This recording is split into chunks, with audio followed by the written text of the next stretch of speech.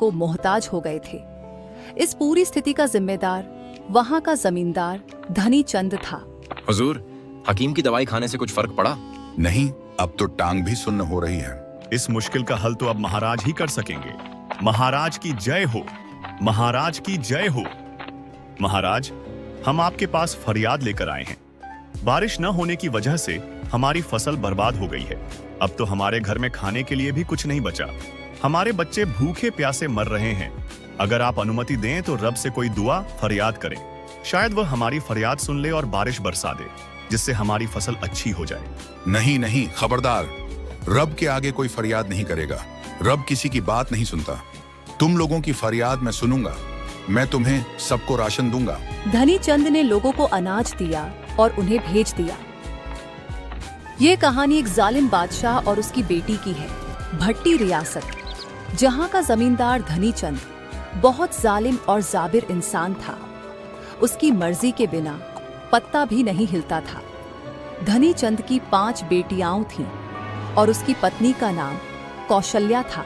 धनी चंद अपनी रियासत के लिए एक वारिस चाहता था, जो उसकी पत्नी कौशल्या उसे न दे सकी। धनी चंद वारिस न होने की वजह से बहुत परेशान रहता था। एक दिन उसके मंत्री ने धनी चंद को बहुत परेशान देखा तो उससे कहा, महाराज, अगर आप बुरा न माने तो मैं आपको एक मशवरा देना चाहता हूँ। बोलो दीनदयाल, क्या कहना चाहते हो? हुजूर, आप दूसरी शादी कर लें। हो सकता है कि इससे आपको वारिस मिल जाए। दीनदयाल, तुम्हारा दिमाग तो खराब नहीं हो चुका? ये तुम क्या कह रहे हो? लोग इसके बारे में क्या सोचेंगे? माफ करना महाराज, लोग तो 4-4 शादियां करते हैं, तो आप दूसरी शादी क्यों नहीं कर सकते? ये बात सुनकर धनी चंद ने सोचा, हो सकता है कि मैं शादी कर लूं और इससे मुझे रियासत का वारिस मिल जाए। इन दोनों की बातें महल की एक कनीज, जो बहुत चुगलखोर थी, सुन रही थी। उसका नाम पाशु था। पाशु इन दोनों की बातें सुनकर महारानी के पास चली गई और कहने लगी, आपको पता है महारानी, बादशाह सलामत दूसरी शादी करना चाहते हैं। यह तो अच्छा है ना, हमारे महल में एक वारिस पैदा होगा। नहीं नहीं रानी, अगर वारिस पैदा हो गया तो आपकी बेटियों और आपकी कद्र कम हो जाएगी। आप ऐसा मत होने दीजिए। पाशु की बात सुनकर महारानी सोच में पड़ गई और उसने सोचा, हाँ, पाशु ठीक ही कह रही है।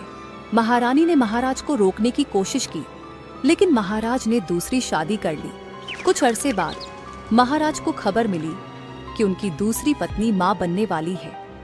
यह सुनकर वे बहुत खुश हुए। उन्होंने महल में गरीबों को बुलाया और बहुत सारा धन बांटा। साथ ही मस्जिदों और मंदिरों में भी बहुत से काम करवाए। महाराज, खुदा आपका भला करे, आपकी हर मुराद पूरी हो। धनी चंद बहुत खुश था और अपने दिल में अपने बेटे के सपने देख रहा था। उसे पूरा यकीन था कि इस बार उसे महल का वारिस मिल जाएगा और बेटा पैदा होगा।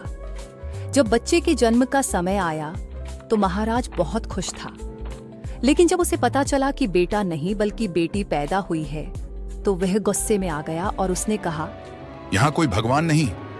मैंने भगवान के लिए बहुत सारा धन बांटा, लेकिन भगवान ने मेरी एक नहीं सुनी। इसलिए आज के बाद मैं किसी भगवान को नहीं मानता और मेरी सल्तनत में कोई भी पूजा नहीं करेगा। धनी चंद ने अपनी रियासत के मंदिरों, मस्जिदों और अन्य आबादत गाहों में ताले लगाने का ऐलान कर दिया और कहा कि जो भी पूजा करेगा उसे सजा दी जाएगी और उसे कैद कर लिया जाएगा।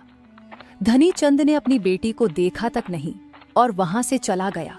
अगले दिन महाराज की दूसरी पत्नी अपनी बेटी को लेकर महाराज के पास आई और कहने लगी, महाराज, अपनी बेटी का चेहरा ही देख लें। मैंने उसका नाम रजनी रखा है।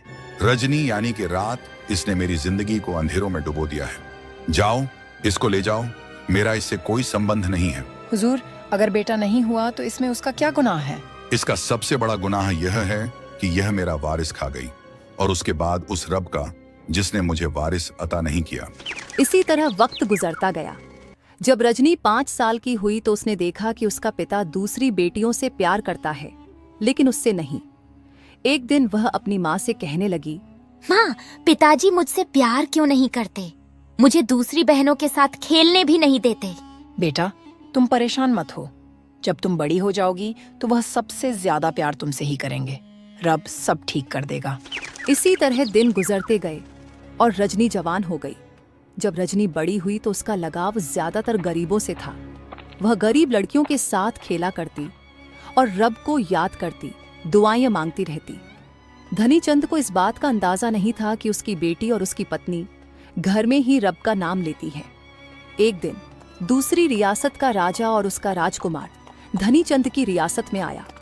राजकुमार ने रजनी को अपनी सहेलियों के साथ गली में देखा तो उसने लोगों से पूछा, यह लड़की कौन है?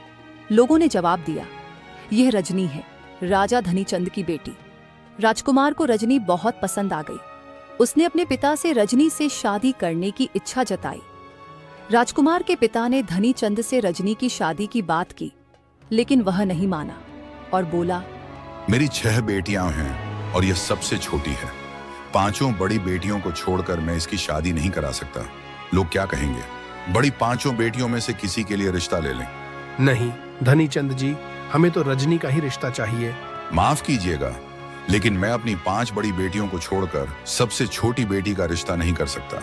काफी देर बातचीत करने के बाद जब दूसरे राज्य का बादशाह धनीचंद को नहीं मना सका तो उसने गुस्से में आकर कहा, तुम्हें अपनी जिद छोड़कर फैसला करना होगा, वरना इसका नतीजा तुम्हारे लिए अच्छा नहीं होगा। हम तुमसे अपना संबंध खत्म कर लेंगे। यह सुनकर धनीचंद मजबूर हो गया और उसने हाँ कर दी।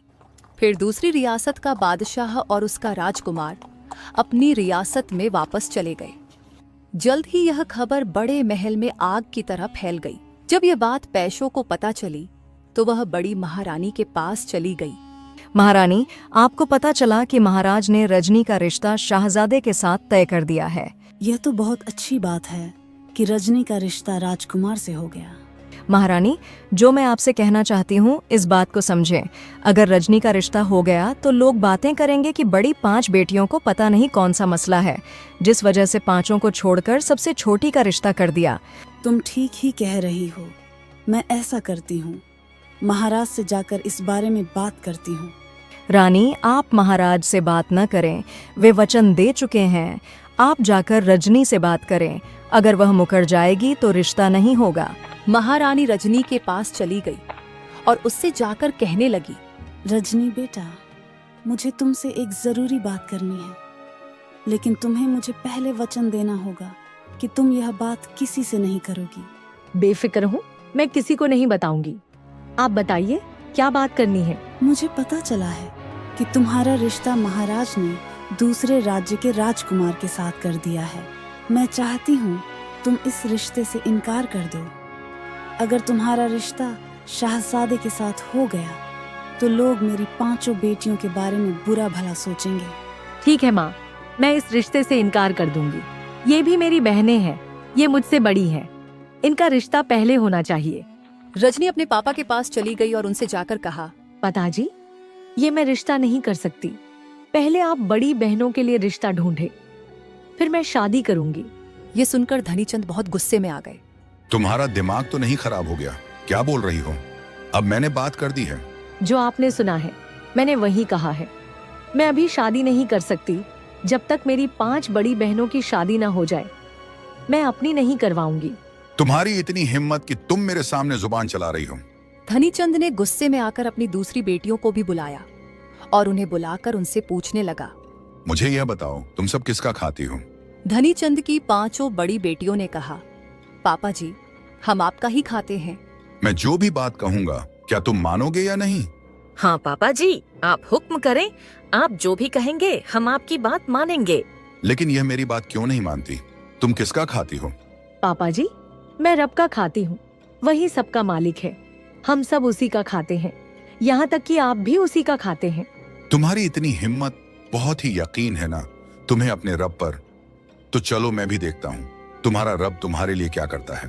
धनीचंद ने गुस्से में आकर अपने सलाहकार दीनदयाल को बुलाया और कहा, जाओ रजनी के लिए एक बार ढूंढ के लाओ। धनीचंद ने अपनी राज्य में घोषणा करवा दी कि वह अपनी बेटी रजनी की शादी करने जा रहे हैं। सब लोगों को निमंत्रण है। जब लोगों को यह पता चला कि रजनी का रिश्ता हो गया है और उसकी शादी है तो लोग बहुत खुश हुए। उसकी सहेलियां ने आपस में बातें करने लगीं। लगता है रजनी का रिश्ता उसी शाहजादे के साथ हुआ है जो आया था। हाँ हाँ, बिल्कुल ठीक कह रही हो, मुझे भी ऐसा ही लगता है। जब शादी का वक्त आया तो सब लोग इकट्ठा हो गए। मंडप सजा हुआ था। रजनी को बैठा दिया गया और राजा के सिपाही एक आदमी को लेकर आ गए।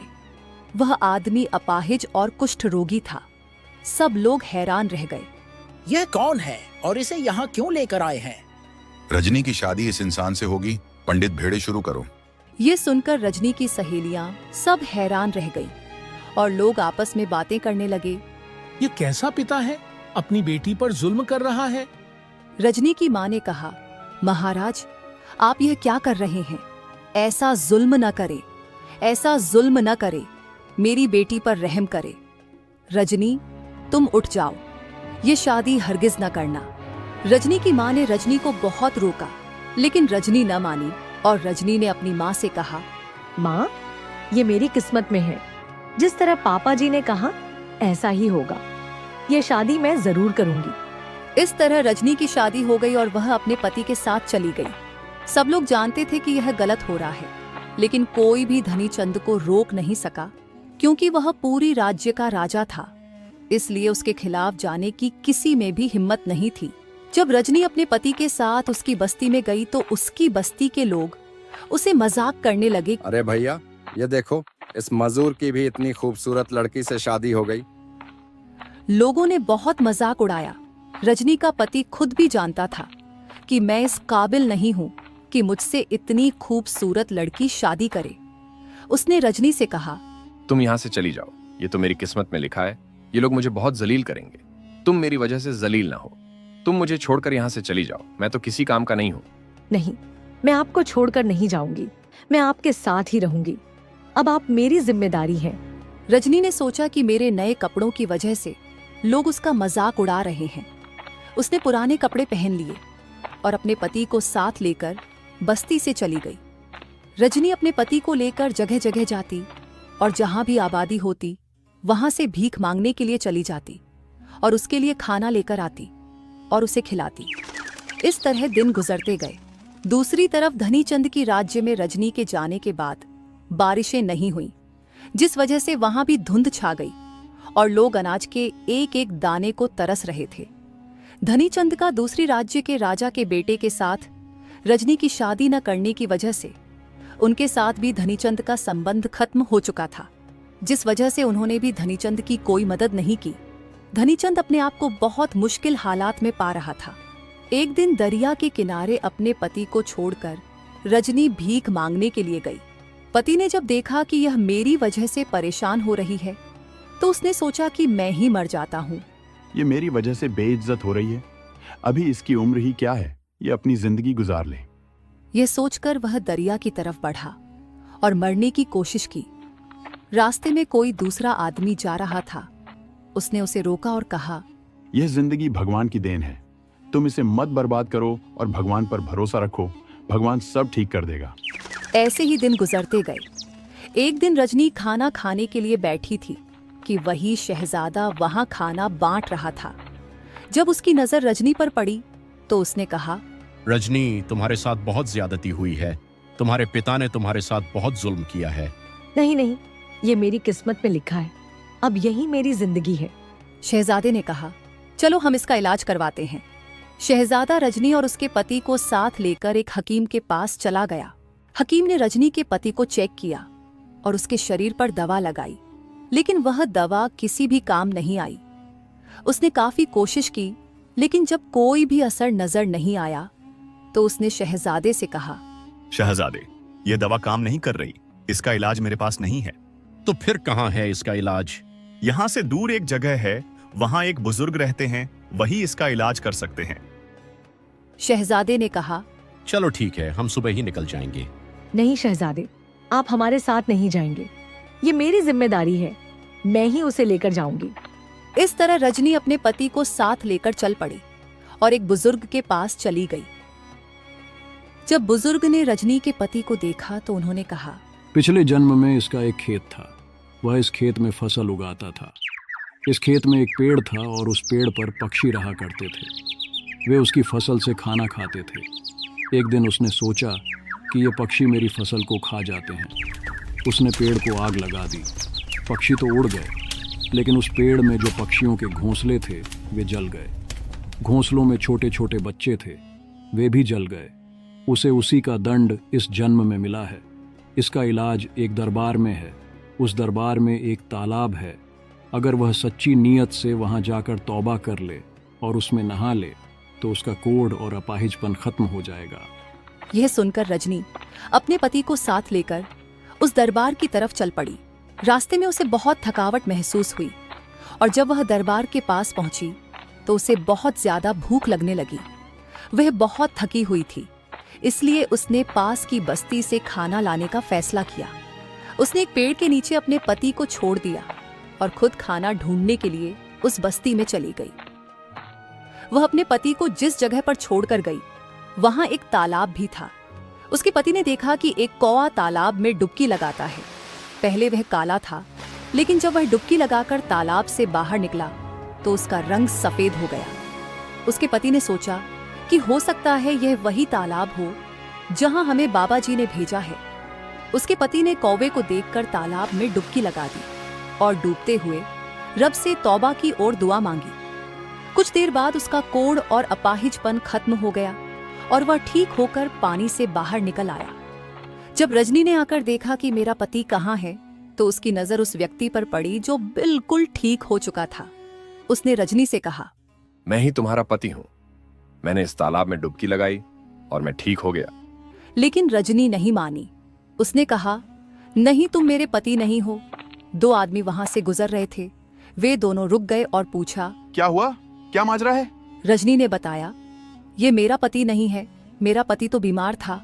पति ने कहा, मुझे शिफा हो गई है। लेकिन रजनी नहीं मानी। वे दोनों आदमी उसे लेकर दरबार के बुजुर्ग के पास चले गए। बुजुर्ग ने पति को देखकर कहा, बेटा रजनी, यह तुम्हारा ही पति है। उसने सच्ची नीयत से तौबा की और पिछले जन्म की गलती स्वीकार कर माफी मांगी और वह ठीक हो गया है। तुम्हारी तपस्या और मेहनत रंग लाई है और भगवान ने उसे शिफा दे दी है।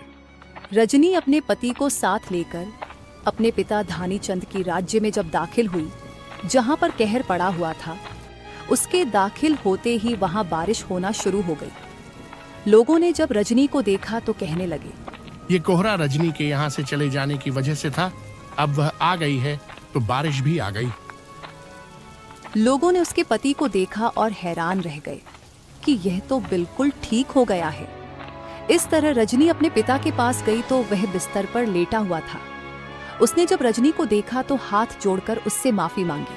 मुझे माफ कर दो बेटा, मैंने तुम्हारे साथ बहुत ज्यादती की है। बाबा, मैंने आपको माफ कर दिया है। यह पानी पी लीजिए।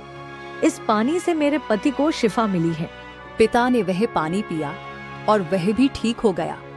रजनी की मां ने रजनी के पति और अपनी बेटी को गले से लगाया